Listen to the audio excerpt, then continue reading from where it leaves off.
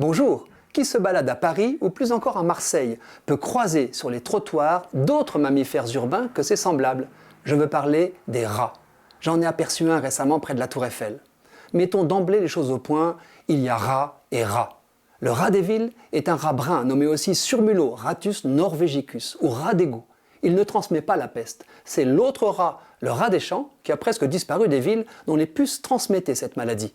Il s'agit du rat noir, Rattus ratus. Le rat des villes est omnivore, à tendance carnivore. Celui des champs est omnivore, à tendance végétarienne. Le surmulot affectionne les lieux humides et souterrains, urbains. Le rat noir vit au sec et dans les étages, à la campagne. Ceci dit, Paris est une ville de rats vivant grâce aux hommes.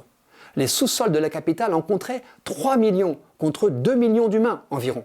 La population des rats s'autorégule en fonction de la nourriture disponible par un système sophistiqué impliquant les femelles dominantes. Partisans et adversaires des rongeurs s'opposent. Le public réagit aux vidéos montrant une poubelle grouillante ou un rat crapahutant dans les rayons d'une boulangerie. Polémique assurée. Il faut les éradiquer, disent les uns, les stériliser, rétorquent les autres, quand certains défendent carrément le droit du rat, comme ceux de l'homme et du citoyen. Essayons de raison garder. Au-delà de notre répulsion instinctive, héritée de l'histoire, en quoi le surmulot est-il dangereux et nuisible ? Il est vecteur de maladies, qu'on peut attraper par morsure, par infestation de denrées grignotées et surtout par son urine. Sa rarissime morsure peut en théorie inoculer une maladie infectieuse, la pasteurellose. Mais le rat se méfie de l'homme. L'image de hordes de rats dévoreurs d'êtres humains est un fantasme.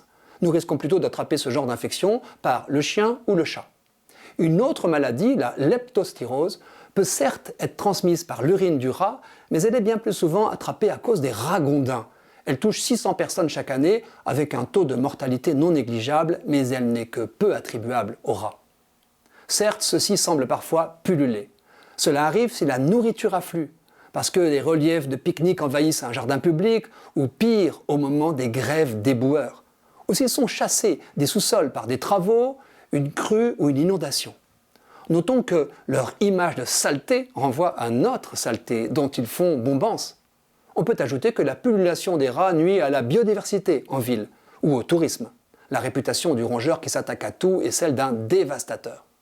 Cependant, des voix à contre-courant s'élèvent pour réhabiliter notre surmulot. Il serait utile à l'homme en évacuant ses déchets. Dévorant 10% de son poids chaque jour, il en consomme 9 kg pendant l'année que dure sa vie.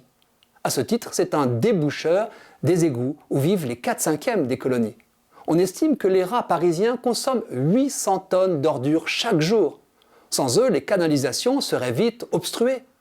Bref, les égoutiers disent que c'est un allié et plaident pour le réguler, sans l'exterminer.